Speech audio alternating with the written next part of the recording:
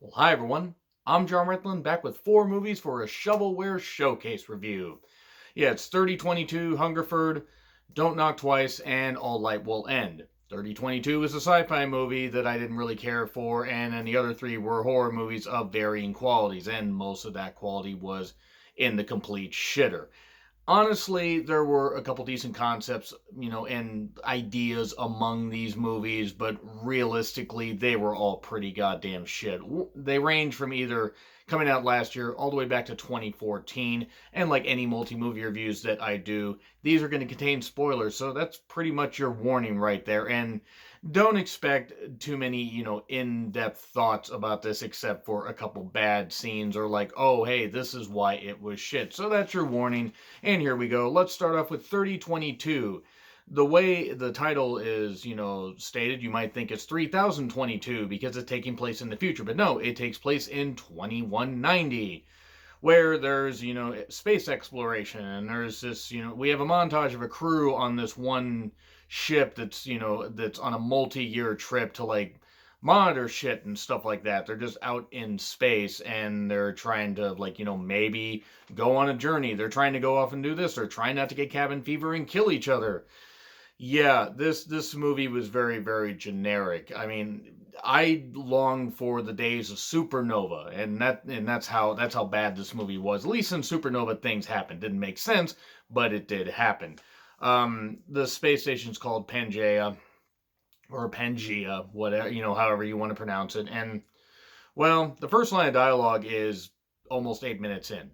And this movie's only about 95 minutes long and is 7 minutes in. That's just crazy. Omar Epps is in this. He has night terrors, and we get a lot of flashbacks and a lot of, back and forth of stuff that could be happening years into the future, that despite we're being in the future. And then we get stuff that's going on with the crew coming apart. Kate Walsh is in this, Miranda Cosgrove. She's in this as well. She's not in this very long, and there's an explosion, and suddenly Earth is reshaped, and we don't know what the hell happened. Like, we don't know if it was an experiment gone wrong, if there was like a massive big bang or something, or what happened. We don't really know because everybody just spouts dialogue about their own theories, and we don't really get much of anything. Yeah, Earth is all reshaped, and we don't really get to see much. The special effects aren't very good, but then again, the budget was really limited. There were lots of dark shots, of like hallways and shit like that, and blippy, blinky lights occasionally. It was very, very old school. A lot of sci-fi-ish talk of, oh, this is happening, all these, these techie terms and stuff like this. the there were shifts between time periods, as I said. There's one point the idiot doctor can't save somebody, and then he decides to float away. And it's like, wait a second, I can't float into the vastness of space. Please help me, help me, help me, Spock, help me. And he dies. Then everybody basically dies. Or does everybody die? Oh no. These 3 French people show up, and they're going to try to take over the ship because their shuttle was like all like, stranded out there and they got rescued. But one is a freaking murderous psychopath. We then get more montages of like stuff that could be going on, but oh, they have a mutiny, this happens, and then Omar Epps' character is trying to get back his girlfriend, Kate Walsh, and eventually hatches a plan, even though she's out there floating in what's left of the space station. He manages to get her and rescues her, and then that's basically it. That's it. Despite the fact that there weren't a lot of resources on there, she somehow was able to survive, and then he was able to go get her, and I guess love conquers all. And the reason it was called 3022 is because that's the number of days that this whole expedition was taking place. And that's it. That's it right there. It was not very good. It was very generic. It wasn't really all that good, but I can't say that the movie was the worst thing I've seen because at least it tried, but it was just very, very boring. Now we move on to Hungerford. Hey, you want found footage stuff? And you want zombies? Or people that are infected and maybe are zombies or aren't zombies or whatever? Well, congratulations. Here's Hungerford. It's taking place somewhere in the UK. I'm not exactly sure about the city. I don't really give a shit. There are a bunch of friends joking around and partying and this kind of stuff after this weird explosion happened, this dark clouds appearing. Could it be, a catalyst for the apocalypse? Could it be a weird rain cloud? Who the fuck knows? But then this old factory, has this weird, this old factory becomes a house or a base, so to speak, for anybody that gets infected by the zombie virus, and the town is slowly taken over. Even despite the fact that you maybe see like 20 to 30 zombies at the most in the entire movie. And I mean, it's very, very low budget. I mean, there's no doubt about that. So the main character tries to get his Cohen. He tries to get back with his ex, and they have a party. Well, the dad's infected, and then things go south. That doesn't work out because there are people succumbing to this virus, and then everybody separates and they all go back to their homes, and then things really start to go absolutely insane. They figure out that deodorant spray, for whatever reason, takes care of them, because, oh wait, they're not zombies. They have a weird creature that gets into the back of their neck and gets into their soul, gets in their body, gets into their head, and makes them do things. It's an alien parasite. Cool. Okay, it's an alien parasite. Oh, and they figure out the deodorizing spray kills it, and they do all this, and they a lot of really, really stupid shit happens, but under no circumstances do you ever put the camera down and run. I mean, I know that that's found footage 101, but they do rescue the ex, and then they try to get away, and they get swarmed by these zombies. They get to the factory, and Cohen gets there, and people are wrapped up in all this webbing and stuff like that. And oh my god, all his friends are wrapped up. It's like this. Everybody makes dumb decisions, and everybody is bad at everything, essentially. And they try to make it where, like, this guy is going to be, like, this unlikely hero.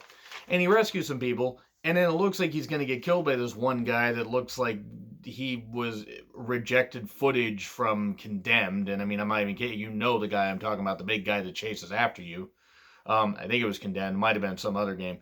But the creatures look awful. It's like, obviously alien creatures are trying to do this. But then the SWAT team comes in, and I'm not talking the SWAT TV show. Nope, they rescue them, and they get them, and they somehow manage to get away. And Cohen's got his camera and says, well, everybody needs to band together to fight. We are going to beat them back. We have no idea how many survivors are out there, but we are going to beat them back. Even though we have ways to beat them, and these creatures seem easily killable, they can't beat them back. And then it has a sequel hook. Please no. Please just don't do this. This movie was awful. F for Hungerford, which is a shame because the idea wasn't all that bad. But it reminded me a lot of Attack the Block, which I hated. Now we move on to Don't Knock Twice. The main thing that attracted me to this movie was the director's name is Cara Dog W. James. I don't know why that appeals to me, but it's funny. It's just really funny. It's also had a very made-for-TV feel to it. Katie Sackhoff, who was in Battlestar Galactica, she was the blonde in Battlestar Galactica, is Jess, a recovering addict that has been clean for a number of years, is trying to reconnect with her estranged daughter, Chloe, who is Lucy Boynton. I'm sorry if I mispronounced that, from Murder on the Orient Express and other movies. So they're trying to connect. Well, then she's got this friend, Chloe does, and they decide to knock on this old woman's house. Well, they knock twice, even though the movie says don't knock twice. Clearly, they didn't read the script, or this, fuck it, just go knock twice, just have fun. And then people start dying because it turns out that it houses this demonic witch that is actually killing people. That kills people if you knock twice on her door. You kids get off my lawn, taken to the extreme.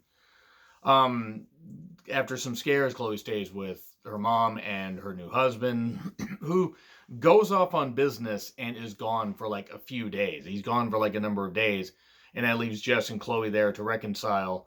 And Chloe watches her mom make, like, some weird, statues out of clay and stuff like that, and actually does some pretty good detail.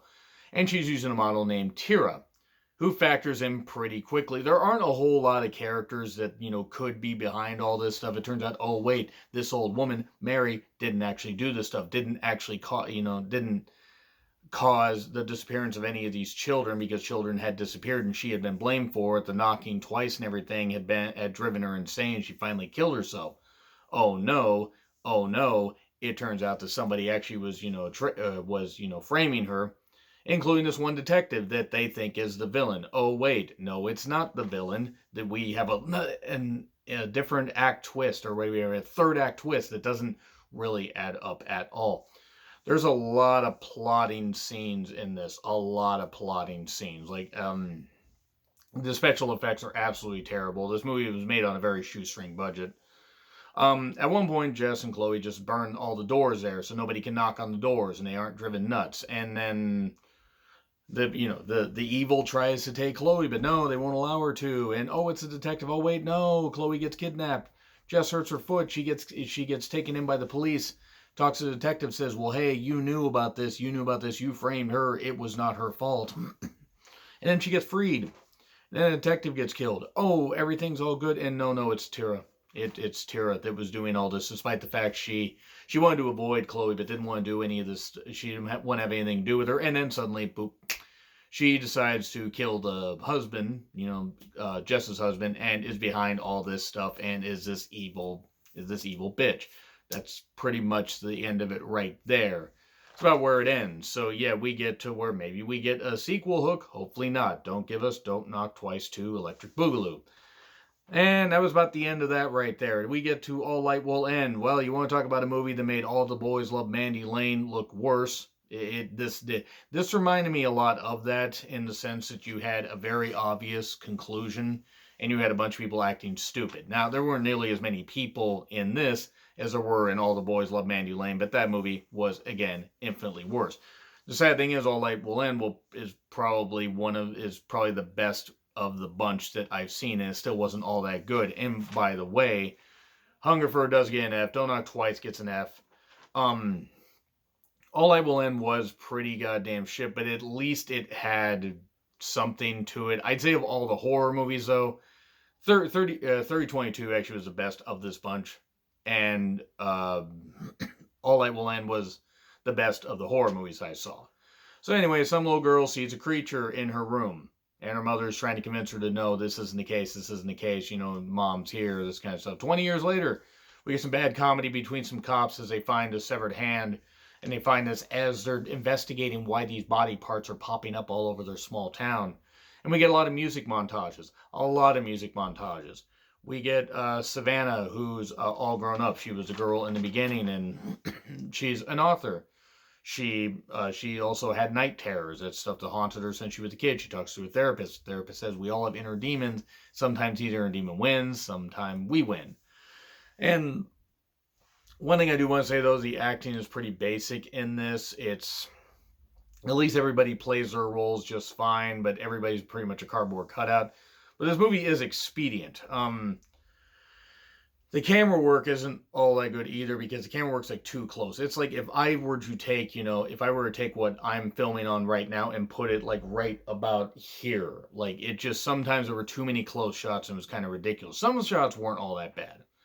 One of the guys was absolutely creepy as hell. During a time where they went to the cabin that she stayed at when she was a kid, the one that her mom died in, her mom committed suicide. One of the guys is creepy as hell and finds out like a secret about her, and we find this out in flashbacks. We get a lot of flashbacks. We also get at one point a dream sequence earlier in the movie that lasted for 6 pissing minutes, and another one that lasted for about 2 or 3. So the more I think about it, the more angry I get about this. But however, this movie made me laugh more than I think it should have.